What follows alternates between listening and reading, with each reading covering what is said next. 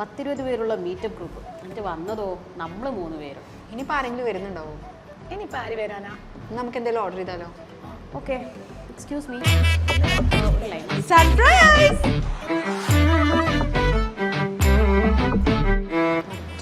വള്ളി ഈ സാധനം യുഎയിലുണ്ടായിരുന്നോ? ഹലോ ഗൈസ്, എനിക്കറിയാം ഞാനില്ലാത്ത കാരണം നിങ്ങൾ ഭയങ്കര സങ്കടത്തിലാണെന്ന്. ഈ സെറ്റപ്പ് ഒന്നും അത്ര പോരാ. നമുക്കുള്ള 5 സ്റ്റാർ ഹോട്ടൽ എടുത്താൽ മതിയായിരുന്നു. ഓ, എന്നാലും നമ്മളൊക്കെ എത്ര നാളായില്ലേ കണ്ടിട്ട്. ഓക്കെ, നിങ്ങളൊക്കെ എന്താ ചെയ്യുന്നത്? നിങ്ങൾക്ക് വല്ല പണിയും കിട്ടിയോ? നിൽക്ക് ഞാൻ തന്നെ പറയാം ഫസ്റ്റ്.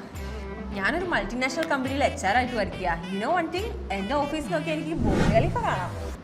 ഇനി നീ പറ. ഞാൻ സീനിയർ അക്കൗണ്ടന്റ് ആയിട്ട് വർക്ക് ചെയ്യാം. Oh nice. ഞാനൊരു കമ്പനിയിൽ സോഫ്റ്റ്വെയർ എഞ്ചിനീയർ ആയിട്ട് വർക്ക് ചെയ്യുന്നു. Oh really? ഞാനിപ്പോൾ വീട്ടിൽ കുട്ടികളെ നോക്കി ഇരിക്കായിരിക്കും അല്ലേ?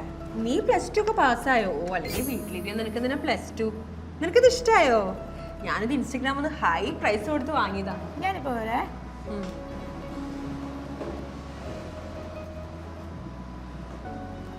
സി, ഞാൻ ഈ ഒരു ഇൻസ്റ്റാ പേജിൽ നിന്നാണ് എൻ്റെ എല്ലാ ക്വാളിറ്റി ഐറ്റംസും വാങ്ങാറ്. അല്ല മോളെ, നീ എന്തറിഞ്ഞിട്ടാ ഈ സംസാരിക്കുന്നേ?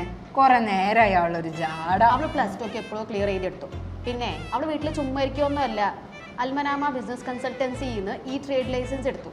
പിന്നെ ഈ കാണിച്ച പേജില്ലേ, അത് അവളുടെ പേജാ.